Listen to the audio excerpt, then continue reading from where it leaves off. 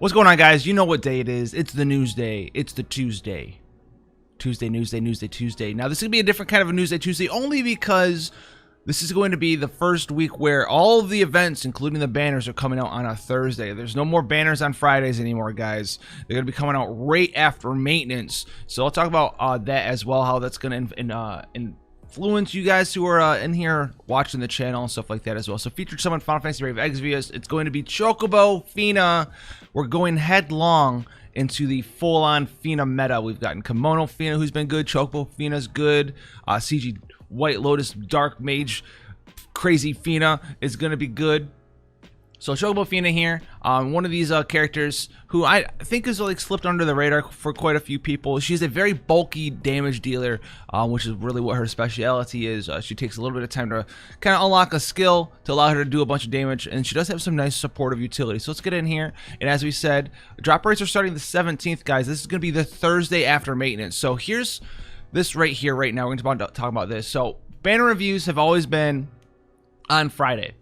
Right, even though we've gotten the data mine information on Wednesday, it gives me, I don't know about anyone else, but it gives me a whole day to look at the units and think about how I feel about them, all that other stuff, to get that information down pat for you guys. And then, you know, I always said the banner review come up live, you know, 7 a.m. Friday morning, right after the banner came up. You know, banner comes up, what, 4 a.m. After daily reset on Friday, and then the banner review would be right there. Now, what this means, though, for us is that if it's starting right on Thursday after maintenance, well, we have that late Wednesday night maintenance, and then when maintenance is over, guess what day it is? It's Thursday. So literally, the banner is going to be coming up for all of these units from here on out before I really even have a chance to record a banner review for you guys. It's going to be literally right after maintenance, which means if I wanted to do something like that, I'd have to stay up till probably 7 a.m. 7 a.m. I'd have to stay up to, because I'd have to wait for the banner to go live, the data mine to get done. That's going to be like 2, 3 a.m. Then I have to record, and then I have to render it, and then I have to edit it, and then I have to, well, edit it, and then render it, and then I have to upload it, and then I have to do all the thumbnails and stuff like that. So I probably wouldn't go to bed till like 6, 7 a.m. And I'm not going to do that. I feel really bad because I want to be able to get that information out there for you guys. That's what this channel exists for, but it's just not happening. It's just not happening. So, you know, if you're looking to pull for different units, you want to see my banner review for it, then you're going to have to wait at least until like noon or something on Thursdays now to get that information, which really just makes it a lot harder with this change. I don't know why they did it. Maybe that is why they did it. If so, thanks, guys. Always looking out for us out here. Anyway, the step-up summon here, limited to 1 per player. Step 1 actually is a 10+1 here, 8+2+1, and it gives you a random rainbow for 4K. So if you're a giant fan of random rainbows, then that's going to be the bomb for you right there. 4K Lapis for a 10+1 random rainbow guaranteed. Go for it. Step 2 is going to be a 10+1. And it's going to be a 1.5 times rate up on Chocobo Fina. Step 3 is going to be your traditional 8+2+1, right? The 10+1 with a guaranteed random rainbow. Step 4 is looking like it's going to be very similar to Step 2, except it's going to give you a 10% rainbow ticket, and then it's still going to have that 1.5 times rate up on Chocobo Fina. Then Step 5 is going to be that final 8+2+1 with a guaranteed Chocobo Fina at the end there. So one of Chocobo Fina's prisms can be acquired from the Chocobo Fina prism bundle. It says right here as well. This doesn't really help us when rating the step up because, well, Chocobo Fina's prism bundle is probably going to cost actual dollars, and you know what? Some people just don't buy that stuff, you know, and I don't blame them at all. So if you had Lapis saved up, if you have Lapis saved up, you're not going to go buy a prism bundle to get more Lapis when you don't need more Lapis just for the prism. So keep a look at this. Let's look at her buffs here. She's got no buffs, but let's take a look at her character. Her super team art is the Chocobo Feather accessory. Attack, defense, magic, and spirit plus 45. Enables Chocobo protection. Escape a death 1 time when HP is above a certain point. Restore MP and fill limit burst gauge every turn. So very all-around strong super TMR here. If this had like HP on it as well, this would be incredibly powerful.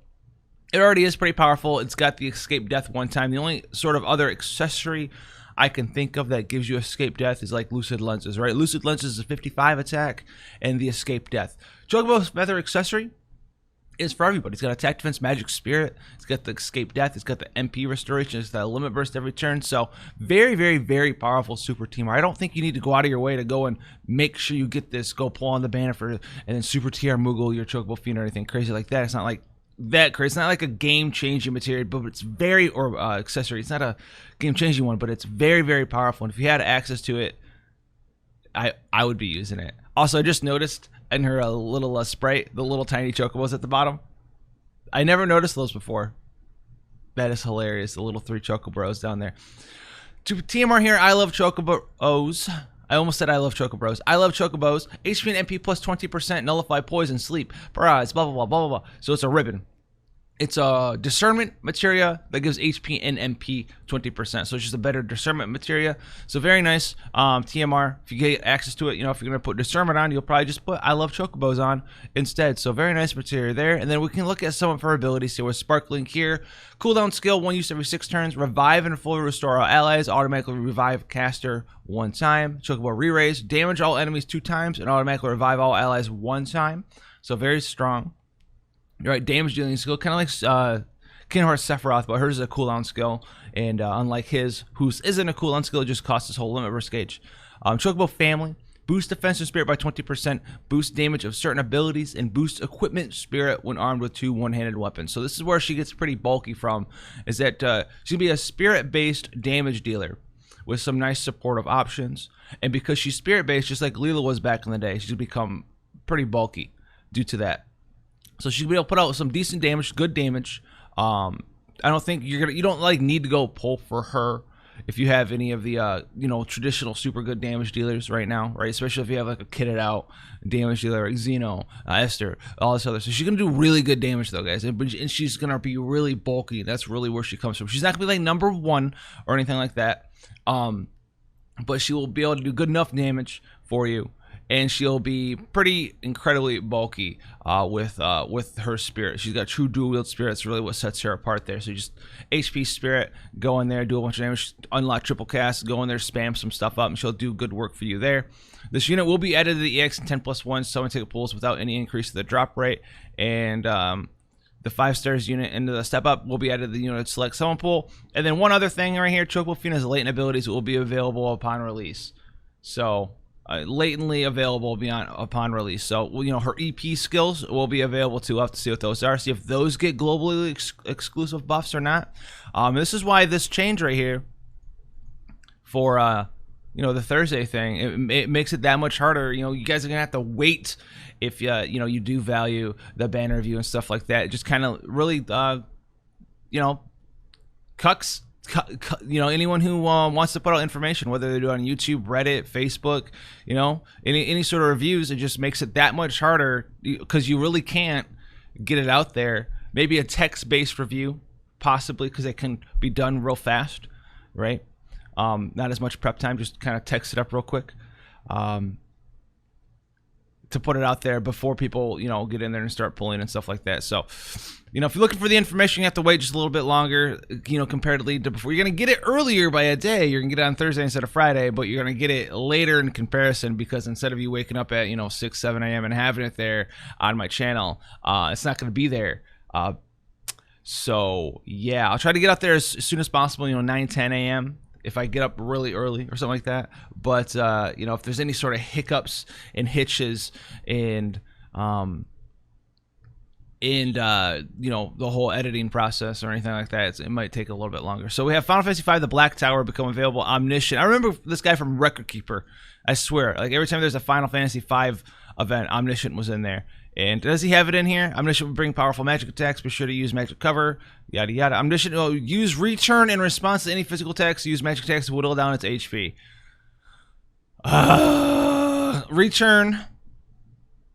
Return fully heals it. That's what it did in Record Keeper. That's what I think it did in FF5. So if you hit it with a physical attack, it's going to fully heal itself. I wonder if you can hit it with a physical attack and then just KO it. If it'll heal. If you kill it with a physical attack, will it just die? We'll try that. It shouldn't be too hard. He's a new highly difficult quest, you know, after the raid here. We do get the Poison Rod. Deals dark damage and chance of poison. It gives you bio as a spell. Nice. It has 104 magic, so if you're a new player, you'll get some use of that probably. Raid coins, 2 summon tickets, and 5% trust moogles there. Now this thing also did catch my eye. The Holiday Road. Challenge familiar foes once again. So we had like the, I think it's kind of funny. This one's called the Holiday Road, and the other one was called like the Road to Hell or something. Like the other one was called the Road to Hell. This one's the Holiday Road. All right, 5 selected trials will be made available again in the trial marathon throughout the course of the week, with 1 different trial unlocked each day starting Thursday. A trial will not be closed when a different trial opens, so you have, you know, all the time in the world to beat all 5 of them by the 23rd. Players who have cleared the trials before will be able to get rewards from challenging them again. So you have the giant gingerbread man with the snow gown with Let It Snow, Let It Go. Please don't copyright me. Please. I said Let It Snow. I'm not singing it. I'm not singing it, Disney. All right. Then we have Kanchan Bakya. Oh, my goodness. The Flag Shield. The Jade Mood Pendant. Yo, Jade Mood Pendant. This sounds actually really good. If you're a new player, you want to get the Jade Mood Pendant. A lot of people can use boost resistance all status elements for all allies. You can only put this on a female, but it gives that stat resist buff to your whole team there.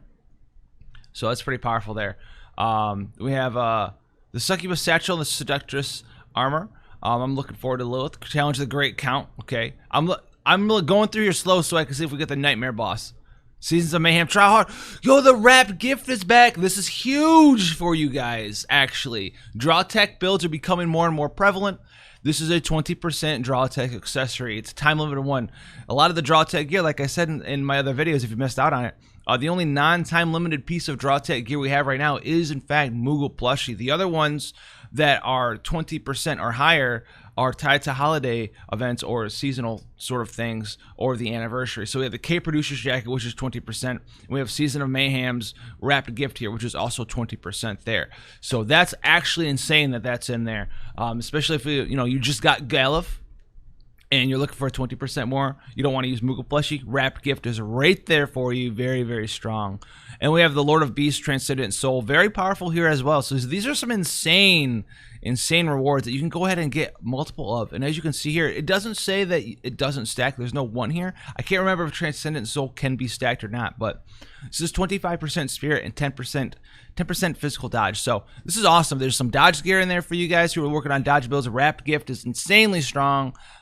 This one's all right. Enables evade for females only. So if you have a female tank, you can get the Seductress Armor for more dodge there as well with light armor there. So that's also actually pretty powerful as well. This dodge on the satchel is only for Lilith though, but the Seductress Armor is for everybody. Jade Mood Pendant is very, very, very, very, very, very powerful. Flax Shield, it's got some water resist buff, but nothing insane. And then Snow Go down, boost ice resist by 30%, and then you can let it snow. Not singing it, Disney. Don't copyright me. For 3 turns to all allies. Wouldn't that be hilarious if they did copyright me and like lit it right after that soundbite where I say "Let it snow"? Don't copyright me, please, Disney. I'm not singing it. They just cut out the part where I'm like, I'm not singing it, Disney. Don't copyright me, and they just copyright me. All right. So next up we have Item World's back. Everything. Tell a friend. Let's get it in there. People have been like, when's Item World coming back? It's coming back right now. Get ready for it. Item World is here. Do it. Then we have Scorn of the Legendary Stag. So this is going to be a pretty... You guys are either going to hate this fight or you guys are going to forget this fight exists. All right. So it's an extremely strong enemy with HP, high HP, attack, defense, and spirit. He's a giant punching bag. Pretty much the TLDR for this fight.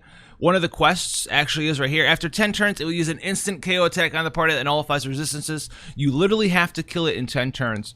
That's the fight. He's just a giant punching bag. You have infinite MP. He gives you infinite MP. And it's just see if you can kill it in 10 turns. I'm pretty sure he's like a stone beast monster or something of that nature. This is coming in the chambers the 17th. So either you're going to be able to do enough damage to kill it, or you're not going to do enough damage to kill it. He also does a thing where he like does damage to, he counterattacks people who attack him with the same sort of attack type. But you can cover it, I do believe. And it only is like the first couple of attacks. So you can use, let's see if it says it in here. While using support units or units capable of taking damage to the party, lower the enemy's elemental resistances, then defeat it quickly. Attack with a powerful elemental chance. Yeah, just kill it forehead. But yeah, you can use like a magic cover unit, right? And 2 mages, and the magic cover unit will cover the counter attack. You'll be fine. Be careful once its HP reaches a certain level, it will use its limit burst, and then The number of attacks will increase the following turn, Kupo. Yeah, so just listen. It's going to be a simple fight, not easy.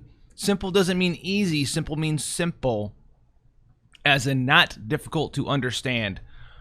Just blow it up. Don't die. If you're dying, you're probably needing to cover the right sort of attacks that he's hitting you with, so forth, and etc. etc. Okay, but that's Eliphakiris. That's the trial. That's here's my trial guide, dude. Check it out. I'll trial guide just like they did. Why is this freaking out so bad? Here's the trial guide. Just kill it, Koopa. All right, that's my trial guide. Moving on. 100 Lapis here. Now, Rising Sun. A lot of you guys are going to be like, oh, Rising Sun's kind of garbage. Actually, it's not. True Dual Wield users are coming into the meta more and more and more, obviously. We have a bunch of True Dual Wield users. One-handed weapon, 186 attack throwing weapon. Throwing weapons haven't been super popular before, but 186 attack throwing weapon with bird and machine killer. You guys will be using this if you have it from time to time, due to the fact that it has both bird and machine killer on it. Defeat Eliphakiris with a limit burst, 10% trust removal, 250 trust coins, and a USC ticket there. You can collect 10 USC tickets to make a creature of your choice. Character of your choice. But yeah, once again, guys, do remind yourself, this is the most important thing for this is, I'm pretty upset about it. I won't lie. I've talked about it a bunch on stream and stuff. If you haven't seen the stream and you want to see the stream, come hang out on all this cool stuff with a bunch of cool kids doing cool things on the cool platform. Yeah, dude. That's that peer pressure. No, I'm kidding. But yeah, I don't really know why this change is happening. There, maybe it's one of two things, right? It's either some internal thing where you know, this just day works out better for them, or, you know, tinfoil hat, they're literally doing it so it's harder for people to get their opinion out on the banners for you guys. Because it's a little suspicious that it's like, okay, we're going down for maintenance and banners up. We don't have that nice whole day to talk about the banner anymore. So, yeah, I don't know. We'll have to see how this goes. Let me know what you think about the daily change in the holiday event. The holiday boss rush is actually really awesome. But I'll do my best to get it up there for you Thursday. We also stream on Thursdays as well. I might have to push it back from like noon to like 2 or whatever. Just for these weird circumstances that can happen when you know, just in case of any sort of errors. I always need to get this stuff out there for you guys first. So that'll be that. I know I'm a little bit stagger-brained here at the end because I'm trying to maintain my rage. I really hate this change. It makes a lot of things more difficult for me. So with that being said, though, thank you guys for coming and hanging out. Have fun out there. I'll catch you in the next one. Hit the SoundCloud up with the like button, YouTube notification, Twitch button, subscribe on. I'm trying to fool the algorithm. It doesn't know what I want you to do now, but you know what I want you to do. I hope.